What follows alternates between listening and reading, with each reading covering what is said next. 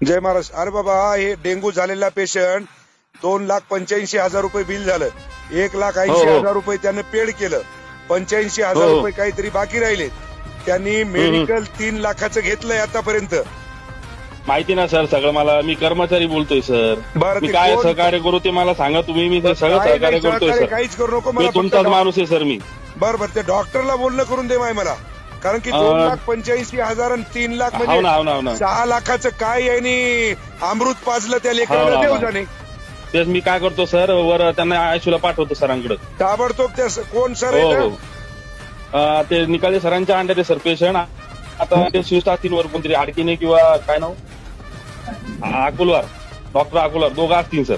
अकोलवार आणि निकालजे.